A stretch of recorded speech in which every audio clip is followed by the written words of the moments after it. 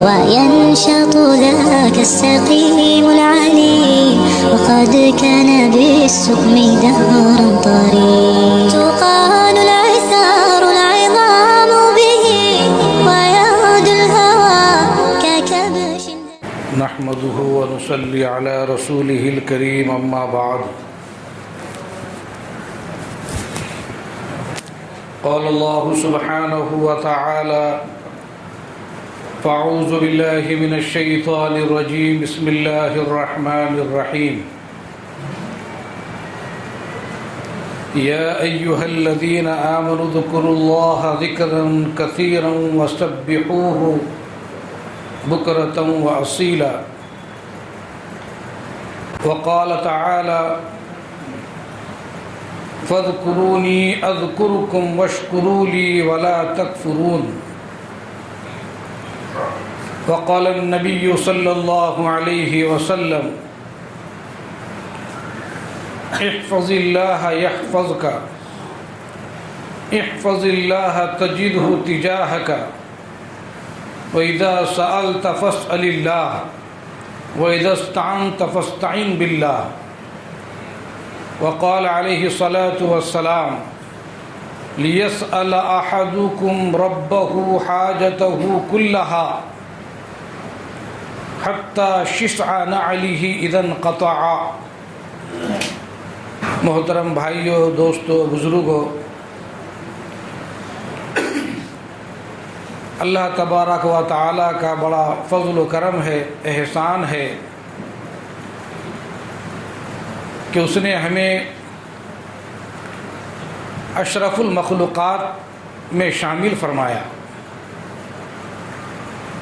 انسان اللہ کی مخلوقات میں سب سے معزز، سب سے اعلیٰ، سب سے افضل ہے. وَلَقَدْ كَرَّمْنَا بَنِي آدم، ہم نے ابن آدم کو فضیلت والا، شرف والا بنایا. اللہ کے رسول صلی اللہ علیہ وسلم نے انسانیت کی افضلیت، اشرفیت دنیا کو بتلایا اور دکھلایا کہ ایک عظیم انسان اللہ کے نزدیک کیسے قابل قدر اور معزز کہلاتا ہے.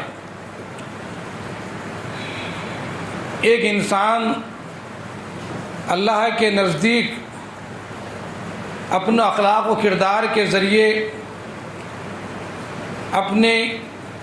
اپنی صحیح سوچ کے ذریعے اور زندگی کے طور و طریقے کے ذریعے انسانوں میں رہ کر اپنے اندر ملکوتیت اور فرشتوں کی صفات پیدا کر لیتا ہے. اور جب یہی انسان اپنی حقیقت کو بھول جاتا ہے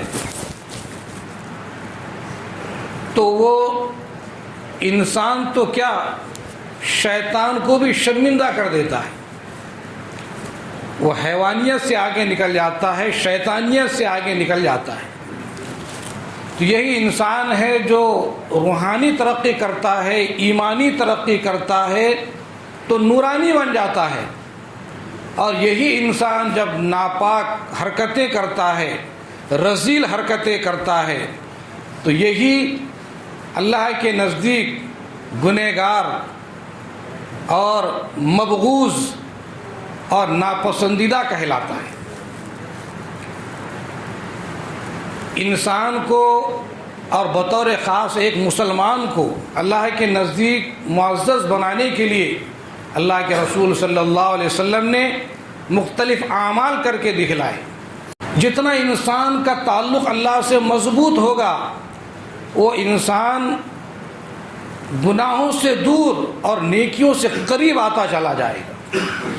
انسان گناہ کرتا اس واسطے ہے کہ اس کا استحضار کمزور ہوتا ہے، اللہ کی یاد میں کمی ہوتی ہے تو انسان گناہ کرتا ہے. اور جب اس کا خیال مضبوط ہوتا ہے کہ مجھے خدا دیکھ رہا ہے، کرامن کاتبین میرے نامہ اعمال کو لکھ رہے ہیں، تو پھر وہ نیکیاں بڑھ چڑھ کر کرتا ہے اور گناہوں سے بہت دور ہوتا چلا جاتا ہے۔ ایک حدیث میں ہے، بخاری شریف اور مسلم کی حدیث ہے، لا یزنی الزانی حین یزنی وہو مؤمن ولا یسرق السارق حین یسرق وہو مؤمن ولا یشرب الشارب حین یشرب وہو مؤمن، کہ زنا اور بدکاری کرنے والا جس وقت گناہ کر رہا ہوتا ہے اس وقت اس کا ایمان، اور جب وہ چوری کرتا ہے تو اس کا ایمان اس سے نکل جاتا ہے، اور جب وہ شراب پیتا ہے تو ایمان اس سے نکل جاتا ہے۔ یعنی کہ اللہ کا استحضار نہ ہونے کی وجہ سے اس ایمان کی کیفیت اس سے ختم ہو جاتی ہے، اور وہ دھڑلے سے بے دھڑک جرأت کے ساتھ وہ بدکاری بھی کر دیتا ہے، وہ چوری بھی کرتا ہے، وہ شراب بھی پیتا ہے اور مختلف خرابیاں اور گناہ انجام دیتا ہے۔ تو اسی استحضار کو پیدا کرنے کے لیے، اللہ سے رابطہ مضبوط کرنے کے لیے اللہ کی یاد اور اللہ کا ذکر قرآن و حدیث میں جو ہے اس کی تاکید آئی ہے۔ اللہ نے فرمایا اے ایمان والو اللہ کا ذکر کثرت سے کرو صبح و شام۔ جب انسان اللہ کو یاد کرے گا، اللہ کا دھیان اور گیان اس سے ذہن و دماغ میں ہوگا، تو شروع میں تو ذکر زبانی ہوگا، الحمدللہ کہہ دیا، سبحان اللہ کہہ دیا، اللہ اکبر کہہ دیا، تو یہ تو ایک سیڑھی ہے اس تک پہنچنے کی۔ بعد میں جب وہ زبان کے الفاظ دل میں جب گھر کر لیتے ہیں، جم جاتے ہیں، تو پھر اللہ کا خیال اور اللہ کا استحضار اس کے ذہن و دماغ میں جب رچ اور بس جاتا ہے، تو پھر گناہ سے نفرت اور گناہ سے کی اس کی کدورت اس کے دل میں جم جاتی ہے اور وہ گناہ سے دور ہو جاتا ہے، بلکہ اس کا دل ایسا مجلہ مصفہ روشن ہو جاتا ہے اللہ کی یاد کی کثرت کی وجہ سے کہ اس کو گناہ بتانے کی ضرورت نہیں ہے، وہ گناہ کو سمجھ لیتا ہے کہ یہ گناہ ہے، یہ خراب ہے، یہ غلط ہے۔ اس کو یہ بتلانے کی ضرورت نہیں ہے کہ یہ صحیح ہے، یہ کرنا چاہیے، نیکی کا کام ہے۔ اس کے دل کی تختی بالکل صاف ہوتی ہے اور اس کے اندر جو نقش و نگار بنتے ہیں وہ اللہ کے ذکر کے بنتے ہیں، تو وہ ایٹومیٹک اس کے اندر نیکی کا جذبہ اور گناہوں سے دور ہونے کا ولولہ خود بخود پیدا ہو جاتا ہے۔ اس لیے ذکر کی ہم عادت ڈالیں، سبحان اللہ، الحمدللہ، اللہ اکبر۔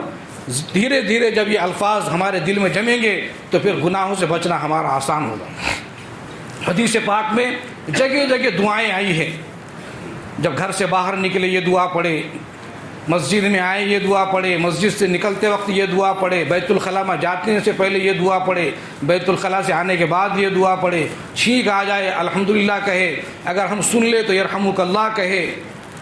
تو یہ دعائیں اللہ کے رابطے کو مضبوط کرنے والی ہیں۔ حدیث پاک میں نے جیسے آپ کے سامنے پیش کی ہے، اللہ کے رسول صلی اللہ علیہ وسلم نے فرمایا تم میں سے ہر ایک کو چاہیے کہ اپنی ہر ضرورت اللہ سے مانگے، حتیٰ کہ اگر جوتے کی ڈوری بھی ٹوٹ گئی ہے وہ بھی اللہ سے مانگے۔ یعنی اتنی معمولی چیز جب انسان اللہ سے مانگے گا تو بڑی چیزیں یقیناً اللہ سے ضرور مانگے گا۔ ایک جگہ فرمایا کہ آٹے میں نمک کم ہو یا کھانے میں نمک کم ہو، یہ بھی اللہ سے مانگے۔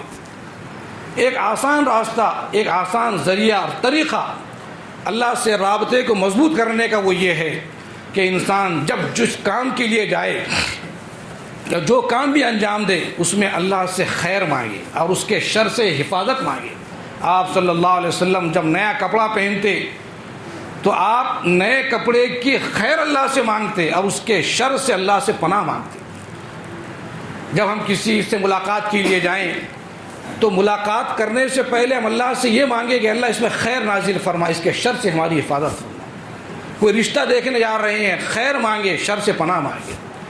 کسی آفس میں جا رہے ہیں کسی کام سے، اے اللہ اس کام کے اندر بہتری پیدا فرما۔ اس کی عادت ہم جب ڈالیں گے ہر چیز میں، ہر کام میں، ہر وقت، جب ہم اپنے ذہن کے اندر زبان سے ضروری نہیں ہے یہ ہم بٹھا دیں گے کہ اللہ اس کا خیر مجھے عطا فرما، اس کے شر سے میری حفاظت فرما، تو دھیرے دھیرے جب اللہ سے یہ رابطہ بندھے گا کہ انسان ہر چیز میں اللہ کی طرف توجہ کرے گا، اللہ کی طرف اس کا دھیان ہوگا، تو صوفیاء کرام، علماء کرام، اولیاء اعظام، دنیا میں جتنے بڑے بڑے اللہ والے آئے ہیں، ان کی زندگی کا مقصد یہی تھا کہ انسان کو اللہ سے جوڑے، اللہ سے رابطے کو مضبوط کرے، اور اللہ سے رابطے کو مضبوط کرنے کا یہی ذریعہ ہے کہ ہم دعاؤں کا اہتمام کریں۔ جس وقت اللہ کے رسول نے جو دعائیں کی ہے ان دعاؤں کا اہتمام کرے۔ اگر عربی نہیں آتی اردو میں کہیں، جس زبان میں ہم بول سکتے اس زبان میں کہیں۔